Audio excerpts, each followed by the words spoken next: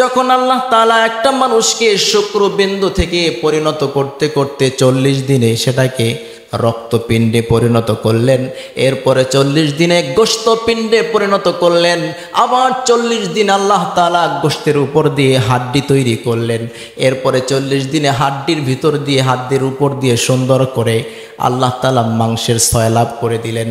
এবার যখন সুন্দর একটি নতুন সৃষ্টি কাঠামো মানব দেহ হয়ে গেল, এই মানব দেহ হয়ে যাওয়ার পরে আল্লাহ তাআলা এবার কি করেন, সুম্মা বাআসাল্লাহু মালাকান, একজন ফেরেশতা পাঠান, যাও তার শরীরের মধ্যে ঢুকো, ফায়ুমারু বিআরবা'i কালিমাতিন, এবার তাকে 4টি কাজের আদেশ করা হয়। বলুন তো কয়টা?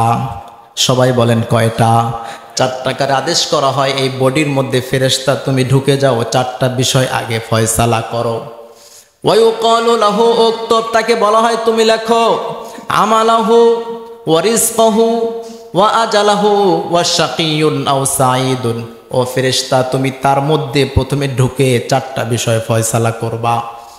1 নাম্বার, তার আমল কি হবে, তার কার্যক্রম কি হবে, সে কি করে খাবে, কি পেশায় সে নিয়োজিত হবে, সব কিছু তুমি আগে প্রথমে নির্ধারণ করো। নাম্বার 1। আজকে আমরা সে মানব সৃষ্টির সূচনা কিভাবে হয়েছে সেটা নিয়ে আলোচনা করব ইনশাআল্লাহ। পবিত্র কোরআনুল কারীমের 23 নম্বর সূরা সূরাতুল মুমিনুন, আমরা এই সূরাটা অনেকেই জানি, অনেকের পরিচিত একটি সূরা। 12 নম্বর আয়াত, 13 নম্বর আয়াত, 14 নম্বর আয়াতের মধ্যে, এমনকি 15 নম্বর আয়াত পর্যন্ত অত্যন্ত গভীর একটি বিষয় আলোচনা করেছেন। হাদিসের মধ্যে নবী করিম সাল্লাল্লাহু আলাইহি ওয়াসাল্লাম সহিহ বুখারীর 3208 নম্বর হাদিস, সহিহ বুখারীর 3209 নম্বর হাদিস, তিরমিজি শরীফের 2527 নম্বর হাদিস, 2516 নম্বর হাদিস, এই বিভিন্ন ধরনের হাদিসগুলোর মধ্যে আমরা গবেষণা করলে দেখতে পাই যে এখানে আল্লাহ তাআলা যা বলেছেন কোরআনে, নবীজি হাদিসের মধ্যেও সেটার ব্যাখ্যা বিশ্লেষণ কিভাবে করেছেন। মানুষ দুনিয়াতে আসে একটি মেয়াদ নিয়ে, একটা সময় নির্ধারণ থাকে তার, যে সে কত বছর এ দুনিয়াতে থাকবে। শুধু তাই না, এটাও তার নির্ধারণ থাকে যে সে কি খাবে, ভালো হবে না মন্দ হবে, সে সম্পদশালী হবে নাকি সম্পদ ছাড়া গরিব হবে। প্রত্যেকটা বিষয় কিন্তু মানুষ নয়, পৃথিবী সৃষ্টির 50,000 বছর আগে আল্লাহ তাআলা নির্ধারণ করে রেখেছেন। সুবহানাল্লাহ। বলুন তো কি সৃষ্টির 50,000 বছর আগে? মানুষ না পৃথিবী? পৃথিবী সৃষ্টির 50,000 বছর আগে একটা মানুষ কতদিন হায়াত পাবে, সে কখন কি খাবে, এমনকি কোথায় থাকবে, তার বাসস্থান কোথায় হবে, তার স্ত্রী ছেলে মেয়ে কি হবে, তার মৃত্যু কখন হবে, সব কিছু আল্লাহ তাআলা পৃথিবী সৃষ্টির 50,000 বছর আগে যদি অগ্রিম লিখে দিতে পারেন, তাহলে আমি মনে করি আমার এই জীবন নিয়ে কোনো আপত্তি তোলা উচিত নয়। তাকদিরে যা আছে তাই হয়েছে। একজনে বিপদে পড়েছে, এখন আরেকজনকে দোষারোপ করছে, কোনো জিনিসকে, কোনো মাধ্যমকে, কোনো বস্তুকে দোষারোপ করছে। বস্তুর দোষ না। আজরাইল মানুষের জান কবজ করে, এ পর্যন্ত আজরাইলের দোষ কেউ দিয়েছে? আমার তো মনে হয় না। কেউ বলে না যে আজরাইলের পর আজরাইল আসছে, আমার বন্ধু জান নিয়ে গেছে, ওর খবর আছে, ওকে যদি পাইতাম। বলে কিভাবে মারা গেছে? কেউ বলে না আজরাইল আইছে নিয়ে গেছে, আজরাইল মাইরা ফেলাইছে। বলে কি গাড়িতে অ্যাক্সিডেন্ট হয়েছে, হার্ট অ্যাটাক করেছে, অথবা এই সমস্যা হয়েছে, কারেন্টে চট খেয়েছে, সাপে কামড় দিয়েছে। তো বিভিন্ন মাধ্যম কিন্তু আল্লাহ তাআলা নিয়ে যান। এটা কোথা থেকে আসলো? এই মাধ্যমটাই তার তাকদীর, তার রিজিক, এটাই ছিল তার এই কপালের মধ্যে লেখা। যখন যার মৃত্যু লেখা আছে তখন হবে, তাহলে এটাই হলো তার তাকদীর যে সে এভাবে মারা যাবে, এই সময় মারা যাবে, এক মুহূর্ত আগে পরে সে মরবে না। অনেকে বলে অকালে মৃত্যুবরণ করেছে, কি বলে? আমরা সবাই শোকাহত তার অকাল মৃত্যুতে। অকাল মৃত্যু কিভাবে হলো? অকাল কখন আর কাল কখন সেটা তুমি জানো না, কোরআন জানে। আল্লাহ তো বলেছে কারো অকালে মৃত্যু হবে না, যখন তার কাল, যখন তার সময়, নির্ধারিত সময় মেয়াদ যতদিন থাকবে সেই সময়ে তার মৃত্যু হবেই হবে। সে হোক যুবক, হোক বৃদ্ধ, হোক ছোট বাচ্চা, হোক পেটের মধ্যে গর্ভবতী অবস্থায়, আল্লাহ যখন তাকে চান তখনই তার মৃত্যু হবে। অকাল মৃত্যু বলতে কোনো কিছু নেই। যারা বলে এতে কিন্তু শিরক হয়, অকাল মৃত্যু কবিরা গুনাহ হয়, অকাল মৃত্যু আল্লাহর প্রতি খারাপ ধারণা করা হয় যে তার এখন মৃত্যুর সময় হয় নাই, তো এই অবস্থায় সে মরে গেছে, তাহলে দোষটা কার হবে? অতএব অকাল মৃত্যু বলতে কিছু নেই, এটা আমরা বলবো না, এটা ধারণাও করব না। তার হায়াত ছিল, যুবক অবস্থা মারা যাবে, তখন সে মরে গেছে, অকাল মৃত্যু না, এটাই তার কাল, এটাই তার সময়, এটাই আজাল। বলেছেন আল্লাহ, ইদা জা আজালুহুম ফালা ইস্তাখিরুনা আনহু সাআতাও ওয়ালা ইস্তাকদিমুন। যখন সময় আসবে, এক মুহূর্ত, এক জাররা পরিমাণ, এক সেকেন্ড আগেও হবে না, এক সেকেন্ড পরেও হবে না। তাহলে আমাদের অবস্থানটা কিভাবে তৈরি করা উচিত? আমরা সেটা করছি না।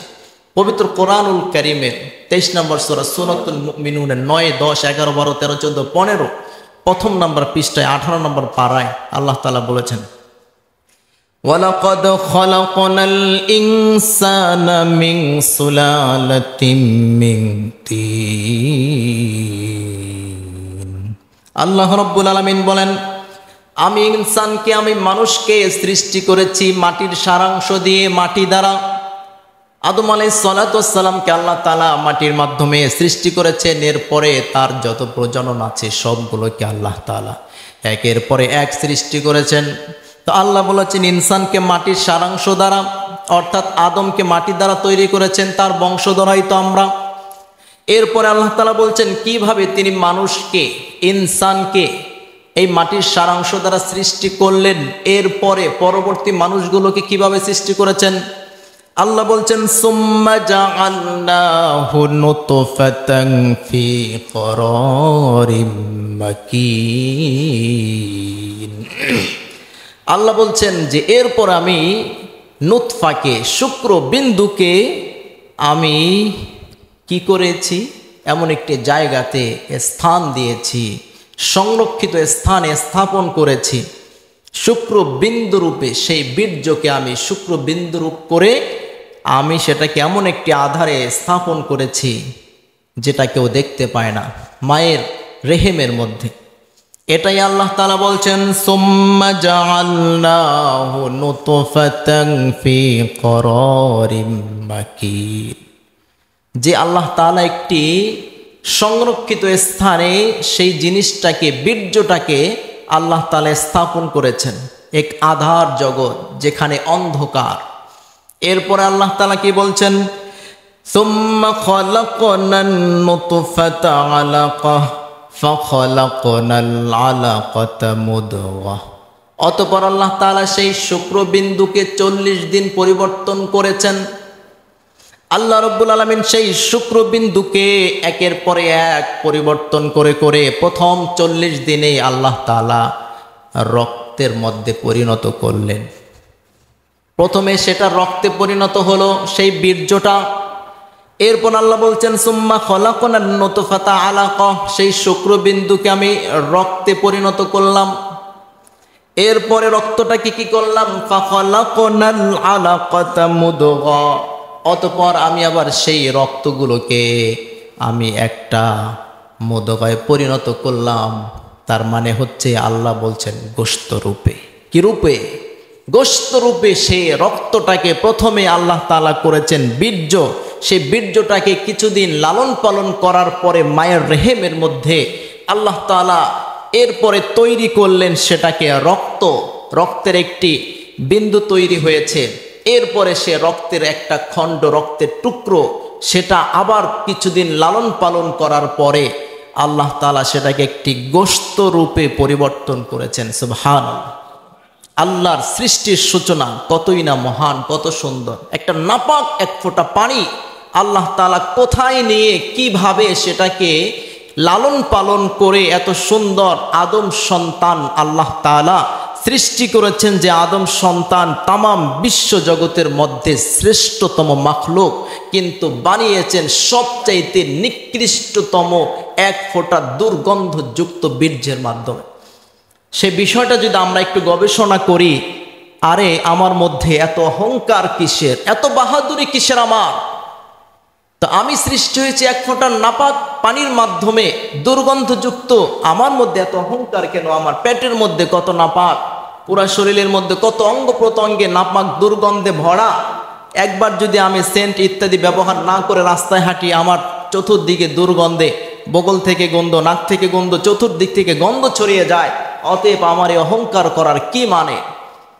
মানুষ বলতে অহংকারের কিছু নেই, যারা করে বড় ভুলের মধ্যে তারা আছে। এটাই আল্লাহ তাআলা বলছেন প্রথমে 40 দিন। তো কতদিন সেটা কোরআনে বলেননি, সেটা নবীজি হাদিসের মধ্যে ব্যাখ্যা করেছেন, সেটা আপনাদেরকে আমি বলবো।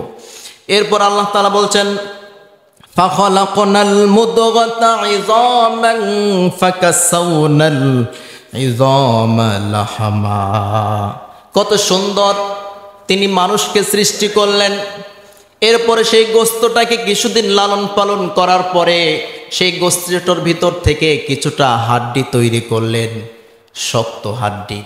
সেখান থেকে এই যে হাত তৈরি হয়েছে, পা তৈরি হয়েছে, এভাবে একের পরে এক হাড্ডিতে রূপান্তরিত করলেন সেই গোস্তের কিছু অংশকে।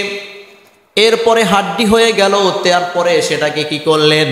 আল্লাহ বলছেন ফাকাসাউনাল ইযামা লাহমা। অতঃপর আমি সেই হাড্ডির উপর দিয়ে আবার সুন্দর করে আমি গোস্তের প্রলাপ দিয়ে দিলাম, যাতে করে মানুষের হাত পা পরিপূর্ণ হয়ে যায়। সুবহানাল্লাহ। হাড্ডি হয়েছে, হাড্ডির উপর দিয়ে সুন্দর করে আল্লাহ তাআলা আমাদের এই যে গোস্ত দেখতে পাচ্ছি, এই গোস্ত চামড়া আল্লাহ তাআলা সুন্দর করে সাজিয়ে দিয়েছেন, যাতে করে একটা মানুষ হিসাবে সে রূপান্তরিত হয়ে যায়। প্রথমে কি ছিল, কোথা থেকে আল্লাহ তাআলা কিভাবে মানুষকে সৃষ্টি করলেন? হাড্ডি হলো, তার উপর দিয়ে গোস্তের প্রলাপ দিয়ে দিলেন, এখানে মানুষের গোস্ত সয়লাভ হয়ে গেল। এরপরে আল্লাহ তাআলা বলছেন সুম্মা আনশাআনাহু খালকান আখর। আল্লাহ তাআলা এরপরে একটি নতুন সৃষ্টিতে পরিণত করলেন। যখন কিছুই ছিল না, এরপরে সে রক্তপিণ্ডকে পরিণত করে করে গোশতপিণ্ডে ধীরে ধীরে সেটা থেকে হাড্ডি, আবার হাড্ডির উপর দিয়ে কত সুন্দর করে চামড়া, গোশত, মাংস দিয়ে আল্লাহ তাআলা সয়লাভ করে দিলেন। এরপরে বলছেন আমি সুন্দর একটি নতুন সৃষ্টিতে সেই বিষয়টাকে, আকৃতিটাকে পরিণত করলাম। আর সেই সৃষ্টিতে হচ্ছে মহামানব, সর্বশ্রেষ্ঠ মাখলুক, আমার আপনার এই 3.5 হাত বডি। এরপরে ধীরে ধীরে সেটাকে আল্লাহ তাআলা রূহের মাধ্যমে সেটার মধ্যে ইঞ্জিল ফিট করলেন। বডিটা বানানোর পরে আমরা যেমন ইঞ্জিলটা লাগাই, আল্লাহ তাআলা প্রথমে মানব দেহটাকে তৈরি করলেন, বডি বানালেন। এরপরে আল্লাহ তাআলা ধীরে ধীরে ইঞ্জিল ঢুকাবেন। সেই ইঞ্জিলটা কখন ঢুকাবেন সেটাও আমি আপনাদেরকে বলবো। তো আল্লাহ তাআলা বলছেন ফাতাবারাকাল্লাহু আহসানুল খালিকিন। সমস্ত কারিগরের সর্বশ্রেষ্ঠ কারিগর, কতই না মহান তিনি। এই পৃথিবীতে এত সুন্দর কাঠামো দিয়ে সৃষ্টি করেছেন তিনি। এমন সৃষ্টিকর্তা আর কেউ নাই, এমন কোন বস্তু কেউ সৃষ্টি করতে পারবে না। আল্লাহ বলছেন সূরা 3, লাকাদ খালাকনাল ইনসান ফি আহসানি তাকওয়িম। আরে আমি সবচাইতে সর্বোত্তম, সবচাইতে সুন্দর কাঠামো দিয়ে মানুষকে তৈরি করেছি। এ মানুষের আকার আকৃতিটাকে, মানুষের চেহারাটাকে আমি সবচাইতে সুন্দর করে বানিয়েছি। এমনকি চাঁদ আমরা দেখতে পাই আকাশে, চাঁদ উঠে পুরো বিশ্বকে আলোকময় করে দেয়, আলোকিত করে দেয়। বলে একটা মানুষের চেহারা চাঁদের চাইতেও সুন্দর। সুবহানাল্লাহ। এরপর আল্লাহ বলছেন সুম্মা ইন্নাকুম বাদা যালিকা লামাইয়িতুন। এরপরেও কিন্তু আমি একদিন তোমাদের মৃত্যু ঘটাবো, তোমাদের মরতে হবে। এটা কিন্তু তোমাদের সব সময় স্মরণ রাখা উচিত। বুখারী শরীফের 3208 নম্বর হাদিস, 9 নম্বর হাদিসে এখানে একটি হাদিস এসেছে। নবী করিম সাল্লাল্লাহু আলাইহি ওয়াসাল্লাম বলেছেন ইন্না আহাদাকুম ইউজমাউ খালকুহু ফি বাতনি উম্মিহি 40 ইয়াওমা। যে তোমাদের প্রত্যেককে কিন্তু আল্লাহ তাআলা শুক্র বিন্দু রূপে মায়ের পেটের মধ্যে 40 দিন লালন পালন করেছেন। বলুন তো কতদিন? 40 দিন মায়ের পেটের মধ্যে। অতঃপর আল্লাহ তাআলা সেই শুক্র বিন্দুকে আবার রক্তপিণ্ডে পরিণত করেছেন। সুবহানাল্লাহ। সুম্মা ইয়াকুনু আলাকাতান মিসলা যালিকা সুম্মা ইয়াকুনু মুদগাতান মিসলা যালিক। অতঃপর নবীজি হাদিসে বললেন 40 দিন সেই রক্তপিণ্ডটাকে পরিণত করতে করতে গোশতে পরিণত করেছেন। আবার সেই গোশতের টুকরোটাকে পরিণত করতে করতে লালন পালন করতে করতে একটা পর্যায়ে হাড্ডিতে পরিণত করে দিয়েছেন। এমন একটা পর্যায়ে এসে গেছে তার মধ্যে আল্লাহ তাআলা রূহ দিবেন। সেই রূহটা কখন দিবেন নবীজি বলছেন, সুম্মা ইয়াকুনু মুদগাতান মিসলা যালিক সুম্মা ইয়াবআসুল্লাহু মালাকান ফায়ু'মারু বিআরবা'i কালিমাতিন। যখন আল্লাহ তাআলা একটা মানুষকে শুক্রবিন্দু থেকে পরিণত করতে করতে 40 দিনে সেটাকে রক্তপিণ্ডে পরিণত করলেন, এরপরে 40 দিনে গোশতপিণ্ডে পরিণত করলেন, আবার 40 দিন আল্লাহ তাআলা গোশতের উপর দিয়ে হাড্ডি তৈরি করলেন, এরপরে 40 দিনে হাড্ডির ভিতর দিয়ে হাড্ডির উপর দিয়ে সুন্দর করে আল্লাহ তাআলা মাংসের সয়লাভ করে দিলেন। এবার যখন সুন্দর একটি নতুন সৃষ্টি কাঠামো মানব দেহ হয়ে গেল, এই মানব দেহ হয়ে যাওয়ার পরে আল্লাহ তাআলা এবার কি করেন, সুম্মা ইয়াবআসুল্লাহু মালাকান, একজন ফেরেশতা পাঠান, যাও তার শরীরের মধ্যে ঢুকো, ফায়ু'মারু বিআরবা'i কালিমাতিন। এবার তাকে 4টি কাজের আদেশ করা হয়। বলুন তো কয়টা? সবাই বলেন কয়টা? 4টা কাজের আদেশ করা হয়। এই বডির মধ্যে ফেরেশতা তুমি ঢুকে যাও, 4টা বিষয় আগে ফয়সালা করো। ওয়া ইউকালু লাহু উক্তুব, তাকে বলা হয় তুমি লেখো আমালাহু ওয়া রিজকাহু ওয়া আজালাহু ওয়া শাকিয়ুন আও সাঈদুন। ও ফেরেশতা তুমি তার মধ্যে প্রথমে ঢুকে 4টা বিষয় ফয়সালা করবা। 1 নাম্বার, তার আমল কি হবে, তার কার্যক্রম কি হবে, সে কি করে খাবে, কি পেশায় সে নিয়োজিত হবে, সব কিছু তুমি আগে প্রথমে নির্ধারণ করো, নাম্বার 1। নাম্বার 2 লেখো ওয়ারিজকাহু, সে পৃথিবীতে সূচনা থেকে নিয়ে মৃত্যুর আগ পর্যন্ত কোথায় কি খাবে সেটা আগে নির্ধারণ করো। এখানে যা লেখা আছে এর বাহিরে একটা দানাও সে খেতে পারবে না। যা লেখা নাই সেমন একটা দানাও তার পেটের মধ্যে যাবে না। যা লেখা আছে মরার আগে হলো সেটা আল্লাহ তাকে পেটের মধ্যে দিবেন। 2 নাম্বার, তার রিজিক কি খাবে, কি কোথায় কিভাবে কি করবে সব আল্লাহ তাআলা লেখান ফেরেশতার মাধ্যমে। 3 নাম্বার, এরপরে নবী করিম সাল্লাল্লাহু আলাইহি ওয়াসাল্লাম বললেন ওয়া আজালাহু, আরে তার মৃত্যুটা কখন হবে, কোন সময় হবে, কোন দিনে হবে, কোন জায়গায় হবে, কিভাবে হবে সেটাও তুমি 3 নাম্বার পয়েন্টে তার সুন্দর করে লিখে দাও। ওয়া সাঈদুন ওয়া শাকিয়ুন আও সাঈদুন, এরপরে 4 নম্বরে লেখো এই লোকটার আমল কি হবে, বদকার হবে নাকি পাপিষ্ট হবে নাকি নেককার হবে, আল্লাহর ওলি হবে। এই 2টা প্রকারের যে কোনো এক প্রকার, হয়তো বদকার না হয় নেককার, এটাও তুমি লাস্টে দিয়ে লিখে দাও এই লোকটা কি বদকার হবে নাকি নেককার হবে। তাহলে এখান থেকে ফেরেশতা সেই 4 নম্বর পয়েন্টে এই ব্যক্তির শেষ পরিণতি নেককার হবে, আল্লাহর ওলি হবে নাকি আল্লাহর পাপিষ্ট হয়ে জাহান্নামে যাবে সেটাও সেখানে লিখে দেন। কয়টা বিষয় লেখেন?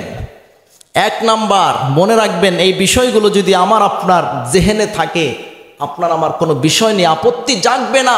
আমি কি খাইলাম, এক জায়গায় দাওয়াত দিয়েছে আমাকে দাওয়াত দিয়ে অপমান করেছে, খাবার নাই ঠিকভাবে, এটা দিচ্ছে না ওটা দিচ্ছে না, কোথায় বসিয়েছে, কি খেয়েছি, এটা খেতে পারি না, এটা পাই নাই। এই আপত্তিটা কখন হয়?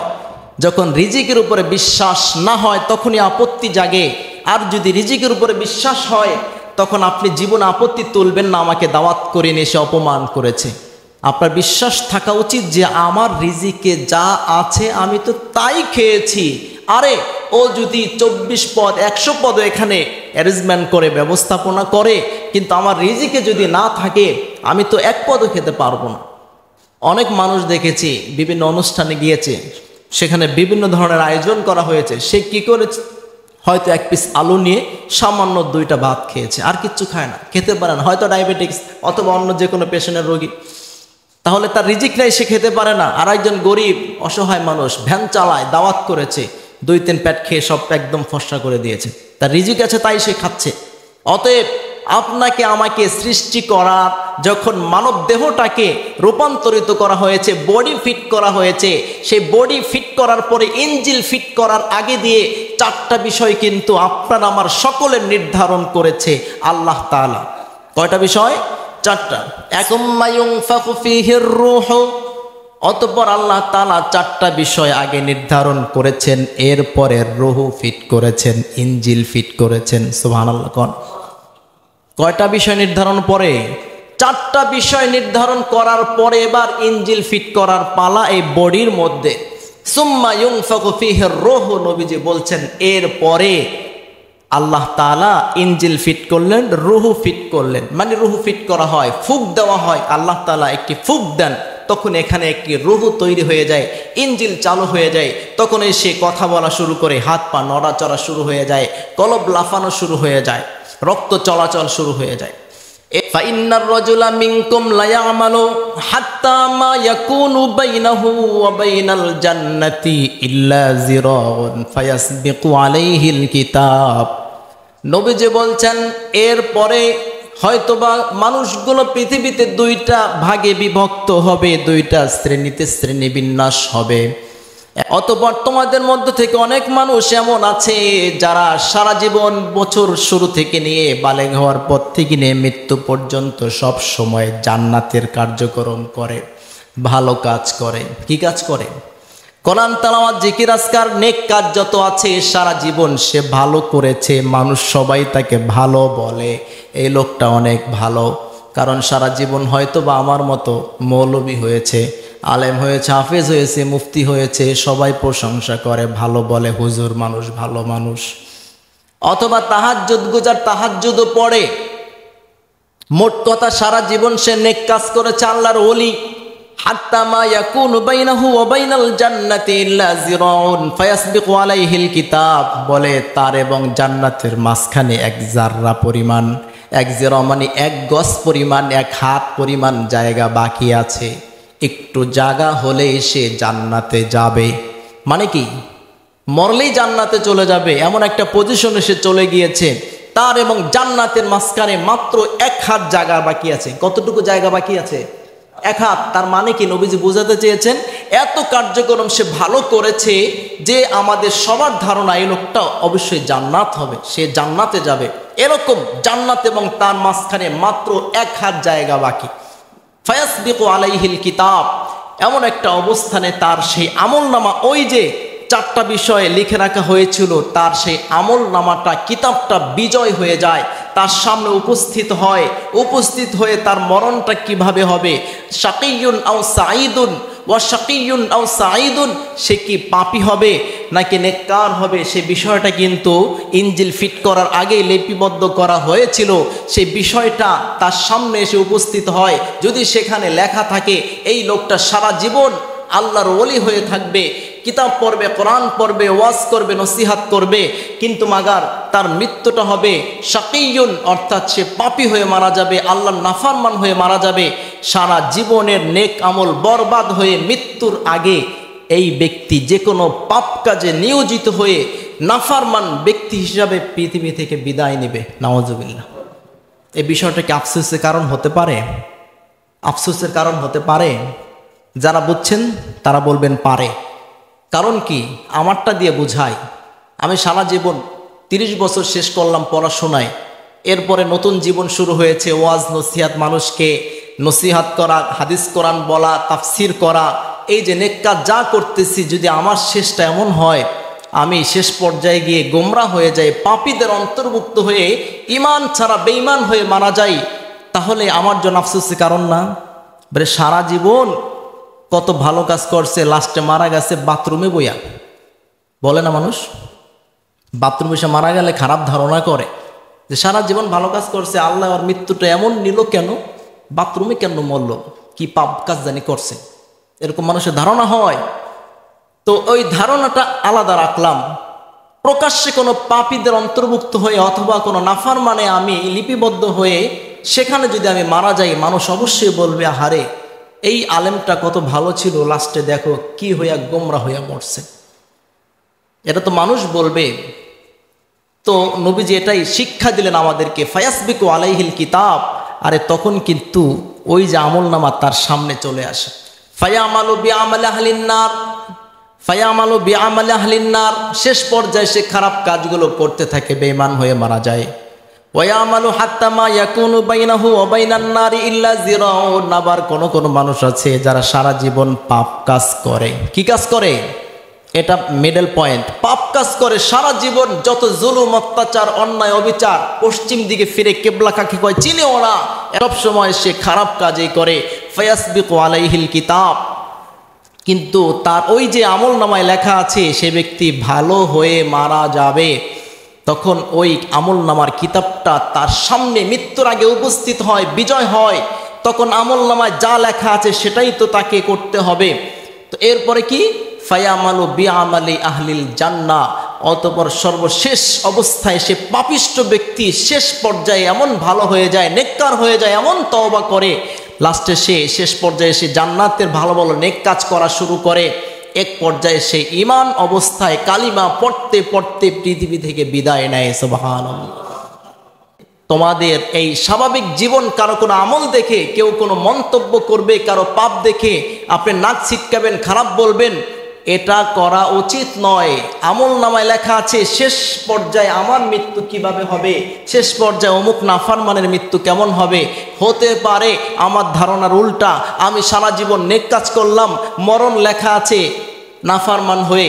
আর একজন ব্যক্তি সারা জীবন ভালো কাজ করলো না, সারা জীবন অপকর্ম, খারাপ কাজ করলো, আপনি আমি ধারণা করলাম এই লোকটা সবচাইতে বড় নাফরমান, কিন্তু তার শেষ পর্যায়ে তার আমল নামায় লেখা আছে সে লাস্টে এসে ভালো কাজ করে মারা যাবে, অতএব সে জান্নাতে চলে যাবে, আর আমি সারা জীবন নেক কাজ করে জাহান্নামে চলে যাব, নাউযুবিল্লাহ। এটাই নবীজি বললেন তাকদীর। কথাটাকে বুঝতে পেরেছেন? চারটা বিষয় আমার আপনার বডি ফিট করার আগে আল্লাহ নির্ধারণ করে দিয়েছেন। অতএব এই চারটা বিষয় না আমাদের কোনো মন্তব্য, কোনো ধর্তব্য, কোনো আপত্তি আমরা কখনই রাখবো না। মনে করবো আল্লাহর পক্ষ থেকে যা আছে সেটাই খেয়েছি, আল্লাহ যা তাকদীরে লিখেছেন সেটাই করেছি, সেটা নিয়ে কোনো আপত্তি নাই। এবং আমাদের ভালো কাজ, নেক কাজ, বদ কাজ সব নির্ভর করবে শেষ পর্যায়ের, শেষ বিদায়ের দিনের শেষ মুহূর্তের উপরে। অতএব আপনি কাউকে দেখে খারাপ মন্তব্য করতে পারবেন না, আপনি মানুষকে ঘৃণা করবেন না, তার আমলটাকে ঘৃণা করেন, বদ কাজটাকে আলাদা ঘৃণা করেন, কিন্তু একজন পাপীকে নয়। আমরা বলি না পাপীকে ঘৃণা করবেন না, পাপীকে নয় বরঞ্চ পাপকে ঘৃণা করো। অতএব নিজের কোনো আমলকে প্রাধান্য দিবেন না, আরে আমি আল্লাহর ওলি মানুষ, আমি এত বড় তাহাজ্জুদ গুজার, কত কিছু করি, আর ওইটাই কি করে যত অপকর্ম, নাফরমানি, নামাজের ধার ধারে না, কেবলার দিকেও ফিরে না।